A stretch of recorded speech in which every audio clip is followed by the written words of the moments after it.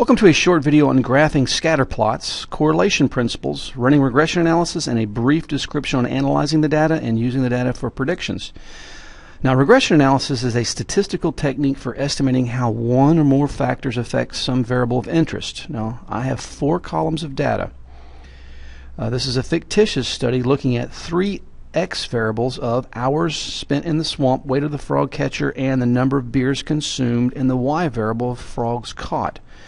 Now, I first highlight the second column here and go to View and Freeze Panes and Unfreeze Panes. Now, what that does for me is allows me to scroll up and down and still keep my labels where I can see them. Now, let's look at each X variable and once at a time with the Y variable. Now, I normally wouldn't do this. I would go ahead and just run the regression analysis and look at the p-value. If the p-value was greater than 0.05 at a 95% confidence interval, I would throw it out, or 0.10 at a 90% confidence interval. I would then reject that column as well. Now, I'm going to go ahead and capture the frogs caught and hours in the swamp. And I'm going to go ahead and go to Insert and Scatter Plot. Now, I would click here. I've already done that, and this is what I would get as a scatter plot, and we can take a look at it, and it looks like the data points have some relationship. This down here would be the number of frogs caught, and this would be the hours in the swamp, and it looks like that the more hours you do spend in the swamp, the more frogs you catch.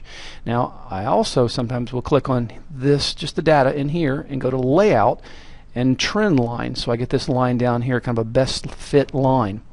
I'll also go here and Insert and Text Box and put the term hours, so now that I know that is the hours spent in the swamp. Now let's try it with the next X, which is weight of the frog catcher. Click on here, hit the Control key, and click here, Insert, Scatter Plot here, and this is what I get, this one. And again, click inside, Layout, Trend line, and if we look at this data for weight, it looks like there's no real relationship between the weight of the frog catcher and the number of frogs caught, kind of like soaking a sponge in ink and throwing it against a wall. Let's try for the third column. Again, frogs caught, control, number of beers consumed, come down here, and now we see another somewhat of a relationship. Looks the opposite of the first one. It looks like a negative relationship between the number of beers and the alcoholic beverages consumed. Now, what this is nothing more than simple correlation. Now, here's 3 more scatter plots giving you an idea of what is correlation. If we look here, I have grades of students and hours spent, and it looks to me that there's some correlation, strength and direction of the more hours a student spends and the higher the grade, hours spent on studying. There's your positive correlation, and generally that number will be approaching 1. Here's the negative correlation, a number approaching a negative 1. You see here the grade tends to suffer the more beers the student consumes, a negative correlation.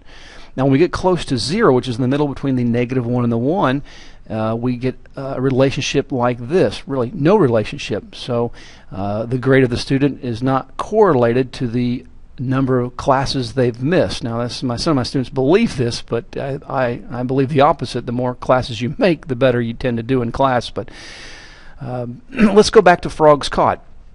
Since we did not like the correlation of the weight of the frog catcher, I'm going to go ahead and look at hours in the swamp and number of beers consumed.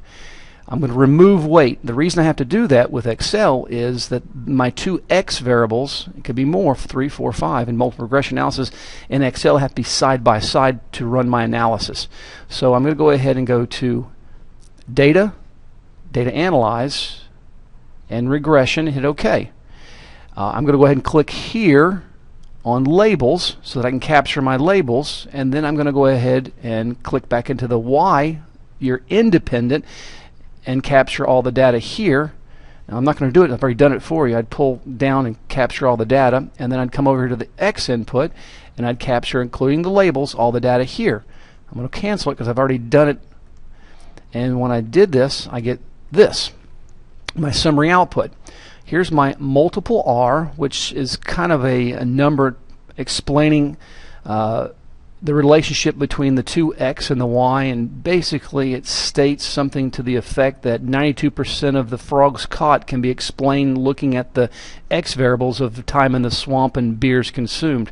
Here's your r squared, which is actually our correlation coefficient. See?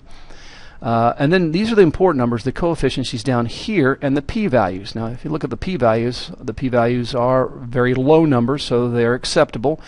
And I use these numbers to create my predicted number, or my y equals mx plus b line.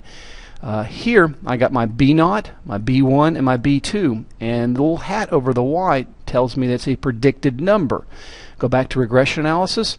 There's my intercept, and that's b0. There's my hours in the swamp. I'll round it up to 3.63 right here. And the next x2 would be my numbers of beers consumed. It's a negative number because it showed me a negative correlation. The more beers, the fewer the frogs that I catch. And epsilon here is just a number showing the residual or difference, kind of a noise. I'm not going to go into that for this lecture. So now I can go ahead and plug in my numbers. If a person spent 12 hours in the swamp and consumed 2 beverages, I would put my x1, 12 hours, x2, 12 hours, 2 beers, and when I do this equation, I get that a person that would spend 12 hours and drink 2 beers would catch approximately 120, or round up to 121 frogs. Come back here, and we take a look. A person who spent 12 hours in the swamp, 2 beers, they caught 123, and there's a small difference. That's called a residual.